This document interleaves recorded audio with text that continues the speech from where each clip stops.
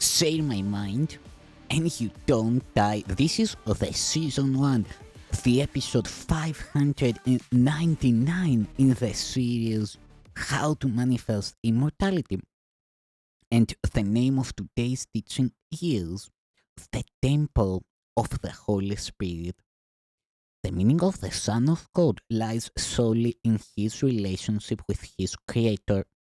If it were elsewhere, it would rest on contingency, but there is nothing else. And this is wholly loving and forever. Yet has the Son of God invented an unholy relationship between him and his Father. His real relationship is one of perfect union and unbroken continuity. The one he made is partial, self-centered, broken into fragments and full of fear. The one created by his Father is wholly self-encompassing and self-extending. The one he made is wholly self-destructive and self-limiting. Nothing can show the contrast better than the experience of both a holy and an unholy relationship. The first is based on love and rests on it serene and undisturbed. The body does not intrude upon it. Any relationship in which the body enters is based not on love but on idolatry. Love wishes to be known, completely understood, and shared.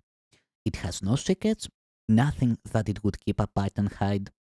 It walks in sunlight, open-eyed and calm, in smiling welcome and in sincerity so simple and so obvious it cannot be misunderstood. But idols do not share. Idols accept but never make return. They can be loved but cannot love. They do not understand what they are offered, and any relationship in which they enter has lost its meaning. They live in secrecy, hating the sunlight and happy in the body's darkness where they can hide and keep their secrets hidden along with them. And they have no relationships, for no one else is welcome there. They smile on no one, and those who smile on them they do not see. Love has no darkened temples where mysteries are kept obscure and hidden from the sun. It does not seek for power, but for relationships.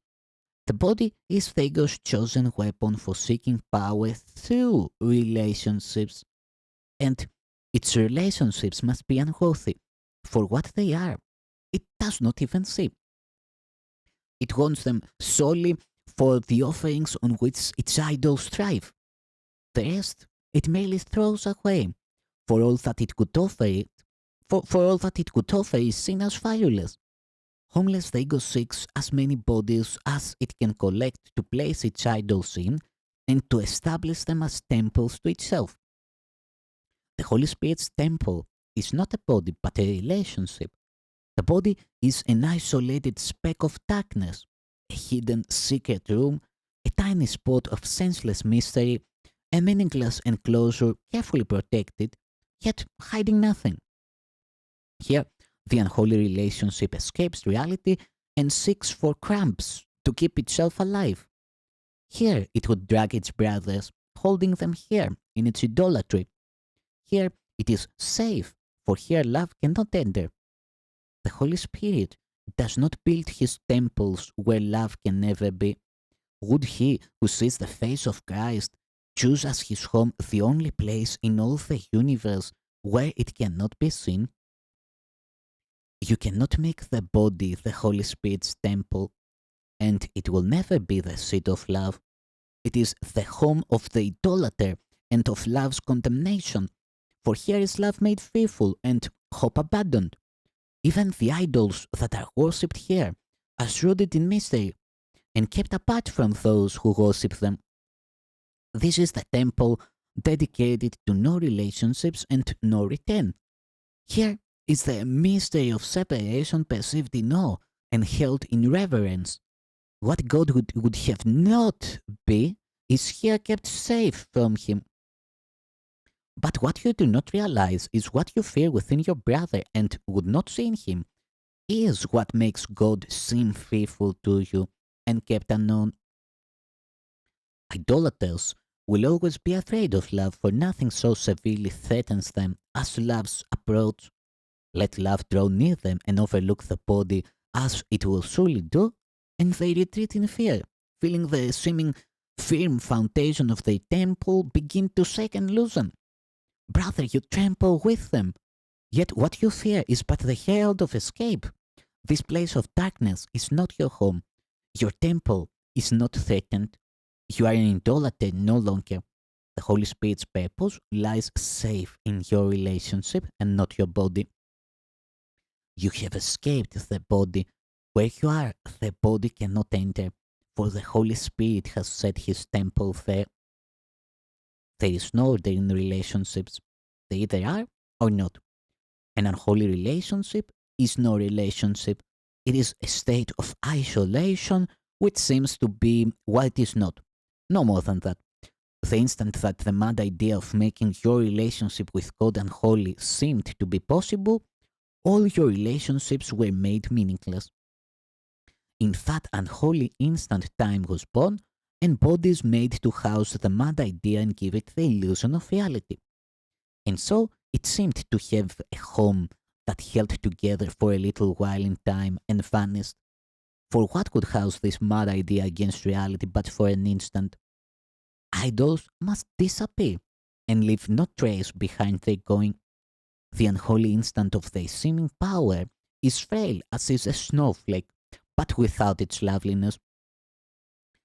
Is this the substitute you want for the eternal blessing of the holy instant and its unlimited beneficence?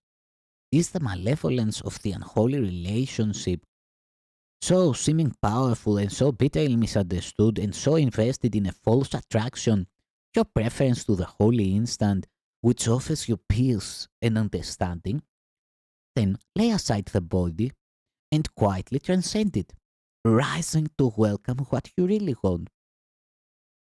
And from this holy temple, look you not back on what you have awakened from, for no illusions can attract the mind that has transcended them and left them far behind. The holy relationship reflects the true relationship the Son of God has with his Father in reality. The Holy Spirit rests within it in the certainty it will endure forever.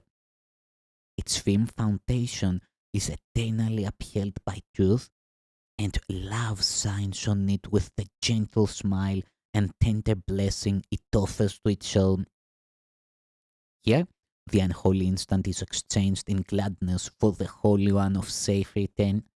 Here is the way to true relationships held gently open, through which you walk together, leaving the body thankfully behind and resting in the everlasting arms. Love's arms are open to receive you and give you peace forever. The body is the ego's idol, the belief in sin made flesh and then projected outward. This produces what seems to be a hollow flesh around the mind, keeping it prisoner in a tiny spot of space and time, beholden unto death, and given but an instant in which to sigh and grieve and die in honor of its master. And this unholy instant seems to be life, an instant of despair, a tiny island of dry sand, bereft of water, and set uncertainly upon oblivion.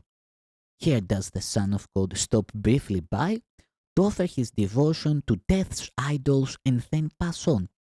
And here he is more dead than living. Yet it is also here he makes his choice again between idolatry and love. Here it is given him to choose to spend this instant paying tribute to the body or let himself be given freedom from it. Here he can accept the holy instant, offered him to replace the unholy one he chose before. And here can he learn relationships are his salvation and not his doom. You who are learning this may still be fearful, but you are not immobilized. The holy instant is of greater value now to you than its unholy seeming counterpart, and you have learned you really want but one. This is not time for sadness, perhaps confusion, but hardly discouragement. You have a real relationship, and it has meaning. It is as like your real relationship with God as equal things are like unto each other. Idolatry is past and meaningless. Perhaps you fear your brother a little, yet perhaps a shadow of the fear of God remains with you. Yet, what is that to those who have been given a true relationship beyond the body? Can they be long held back from looking on the face of Christ?